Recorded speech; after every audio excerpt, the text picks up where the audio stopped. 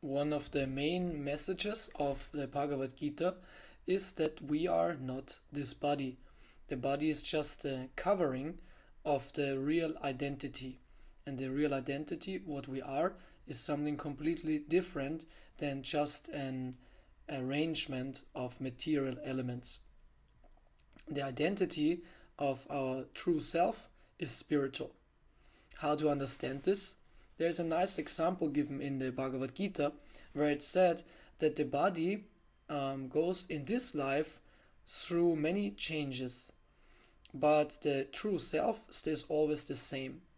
We had a body of a child, we had a body of a youth, a grown up person, and of an old person. But the self is always the same. So the body is changing, we are losing actually the body, what we had before, but we are still there. So if we would be the body, then we should be also gone. But we are still the same person. We can remember that we were children or that we did this and that. And it's not that we are gone, even though the body is gone. And even in science, we know that every cell of the body is exchanged after some time. So it's really true that all couple of years we have a complete new body. When that sense, like a snake was always getting some new skin and leaves the old skin behind and grows out of it.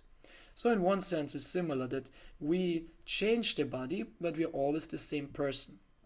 Someone might say, oh, I'm not the same person I was before, I was different. Yes, the attitudes change, the thoughts change, the way how we perceive life or anything else, this might change. But the one who perceives life and thinks and all this is always the same entity.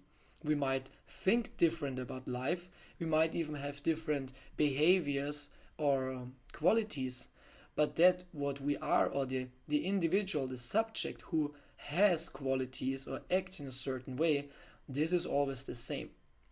It's also seen this phenomena if we are intoxicated. We act completely different, we speak different, we think different, but it's the same person. It's just a different mindset. So we can see that the self, the true self, the elementary and substantial self is always the same. Even if we were children, we behave completely differently, but this was also us. So the Bhagavad Gita explains that this self, what is not changing, is a spiritual entity. And in that sense, it's also surviving a seeming dying situation, or the death, what we call death. It's not death, it's just that we leave the body, we leave this body behind. And for the people who perceive the death from the physical side, they might say, oh, he's dead, but they don't see that the true living entity just left the body. This is the difference between a living body and a dead body. That the dead body is just a body without a soul. The soul is that what gives the body life. So this is this dualistic understanding of the Bhagavad Gita, the ancient dualistic understanding what many cultures, religions share. This is not a unique understanding of this principle of life. But just nowadays, this seems to be too simple or too religious and spiritual, and the so-called progressive thinkers tend to search for an alternative for such an understanding of life and the self and the person. So their alternative they want to offer is that the person, and especially an aspect of life which is consciousness, is produced by the brain and is just some physical thing, even though they have a hard time explaining what this physical thing might be, or how can consciousness be understood in a physical way. So also consciousness is interesting, is said by Srila Prabhupada also, this is the symptom of the soul. As sunshine is the symptom of the sun, even though the sun is not perceived, you can guess it's there when there's a cloudy day. In the same way, consciousness is the indicator for an anti-material entity, what is where the consciousness is emanating from. Consciousness is not built out of atoms or chemicals.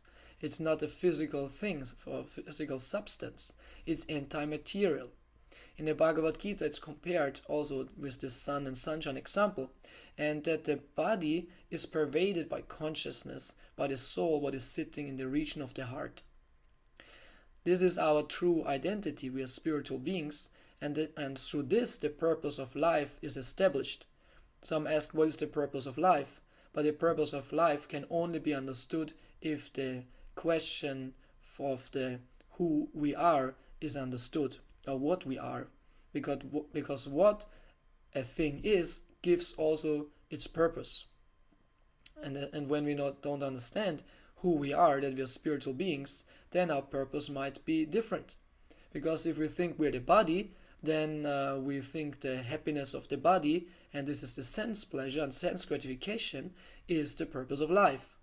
This is what we see nowadays, that most of the people try to get more and more happiness through in a material way, but because we are not the body, and so this material satisfaction is not really satisfying, these material pleasures are not giving the hoped for satisfaction, so people become quite frustrated and in the end turn towards some spirituality.